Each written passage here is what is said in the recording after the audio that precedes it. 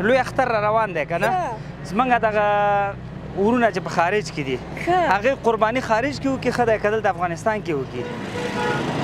خو چې دلته وکړي خوار و غریب یې ماړه سي او مسلمان ته یې ورکړي همداسې دی مور که یو خوار و غریب ته یې ورکړي ځنېستمن ته یې ورکړي څونه وخت کېږي کور کې به د غوښه نه وي پخ شوي کټه وکړي قسم تارانه کوم ما قسم درته وخوړله چې له پسرلي له منې راایسته مې غوښه په تناره کې په دیګي کې نه ده باندې کړې منې راایسته ژمي راایسته نه ژمي راایسته دغه د قبر پیمان د قرآن شریف که د غوښه هم لیکلي داسې رقم ته یې لارې دی دا اوس نن دا سړي ته وتېلې مالې واورېده خیر ده یو هغه راکړه یو دوه درې څلور پنځه نن به کور ته غوښه ویسي الله خدایه په ځوانۍ دې برکت قربان دې شم مورې څونه وخت کېږي کور کې د غوښه نه ده پخ کړې یار نو څه به ووایم رښتیا ووایه رښتیا حقیقت هغه ښه د زړه حقیقت خبره وکړو نو ولاکه یا به د چک پښې اخلو او یا به یو ډنډي اخلو بس دا ګرمۍ ته ناست یو رقم شی د سبارې سم سودا هم نه ده کړې زه به دغونه وکړم چې یو کیلو یا یو نیم کیلو پیسې به درکړم صحیح ده دوه درې څلور د پنځه دغه معنی نن شپه کور ته دی هغه غوښه ویسي صحیح ده زمونږ اکثري هېوادوال په خارج یا په نورو ملکونو کې دي الحمدلله هغې وضعیت هلته ښه وي او بل دغه دی هلته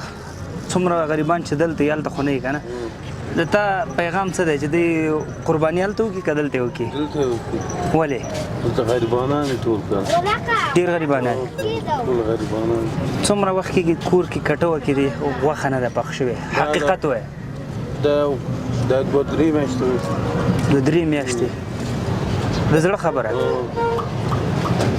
بس نن زمونږ له خوا درې څلور پنځه یو کیلو غوښه دې کور ته ویسه صحیح ده او د 300 روپۍ باندې یو کیلو شوی نیم صحیح ده لوی اختر را روان دی که نه څنګه قرباني به کوې که نه والله واس کې چې وشوه خو واس کې چې وشوه بیا به یې وکړي زه یو پوښتنه کوم څومره وخت کېږي کور کې غوښه هم پخ کړې نه ده کور کې رښتیا خبره وکړه رښتیا خبره وکړه ډېر وخت کېږي چې نه کړي یو څو میاشتې به کېږي څو میاشتې به کېږي یو پنځه شپږ میاشتې پنځه شپږ میاشتې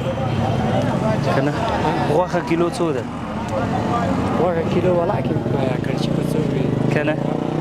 سمه زه به یو کیلو غوښې پیسې درکړم یو دوه درې څلور نن زمونږ له خوا یو کیلو یا یو نیم کیلو ویسه صحیح ده دوستانو تاسو زمونږ د دې هېوادوالو خبرې واورېدوې د دې حالات مو وکتل چې دلته داسې خلک شته چې هغې په میاشتو میاشتو باندې غوښه نه ویني د غربت د وجې نو که چېرته غواړئ تاسو غوښه موږ دغسې خلکو ته ورسو راځئ په افغانستان کې خپله قرباني وکړي زما دا پیغام خصوصا هغه ورونو او خویندو ته دی چې هغوی په خارجي هېوادونو کې اوسېږي هلته قرباني کوئ خو داسې خلک به نه وي چې هغې مستحق وي کوي به ډېر کم وي خو خپل هېواد کې قرباني وکړي دلته په لرې پرتو سیمو کې داسې خلک شته چې هغوی بیا هم وایم چې هغوی په میاشتو میاشتو غوښه نه ویني نو که چېرته دلته قرباني وکړي دوه خبرې به وي یو به الله او رسول خوشحاله وي دویم دا چې دغه قرباني باندې چې کومې پیسې موږ ورکوو دغه پیسې به په هېواد کې زموږ یو غریب جیب ته لاړ شي هغه به خپل ژوند ښایسته تیر کړي خپل هغه شیان چې د کور ته ضرورت یې هغه به پرې راونیسي د اقتصادي دوران به یې له خیره مکمل کېږي دا زموږ او تاسو یو چې خپل هېواد جوړو نور چاته موږ او تاسو هیله او